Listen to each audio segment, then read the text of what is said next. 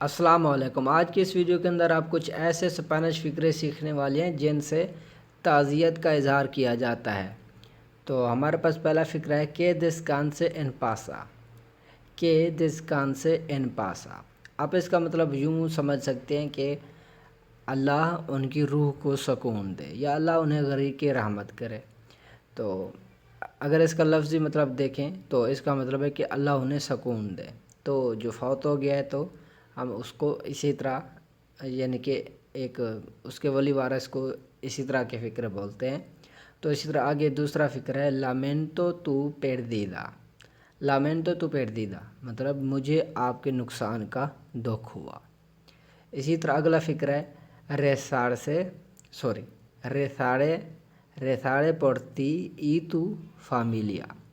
ریساڑے پورتی ای تو فامیلیا، میں آپ اور آپ کے خاندان کے لیے دعا گو ہوں۔ اسی طرح اگلا فقرہ ہے کمپارتو تو دولور۔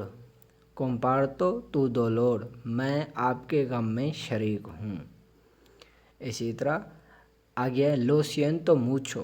لو سینتو موچو، اس کا مطلب ہوتا ہے جب آپ تعزیت کے لیے فقرہ بولیں گے اس کا مطلب بہت افسوس ہوا۔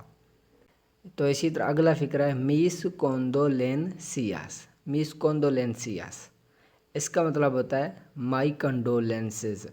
تو میری تعزیت یوں سمجھے۔ تو میری تعزیت صرف یہ ایک لفظ تو نہیں کوئی کہتا، تو انگلش کے اندر اس کا ترجمہ ہوتا ہے مائی کنڈولینس۔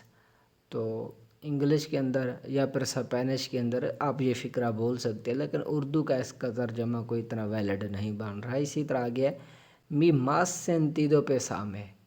می ماس سینتیدو پیسامے، ٹھیک ہے، اس کا مطلب بھی ہے مائی یعنی کہ ڈیپیسٹ کنڈولنس، یعنی کہ میری گہری تعزیت۔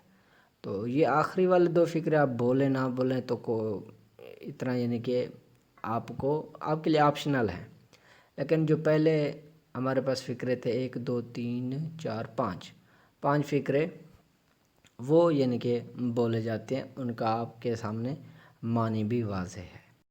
یہ ویڈیو اچھی لگی ہو تو اسے لائک کرنے کے ساتھ ساتھ ہمیں سنیک ویڈیو ٹک ٹاک فیس بک پر فالو اور یوٹیوب پر سبسکرائب ضرور کیجیے گا۔ شکریہ۔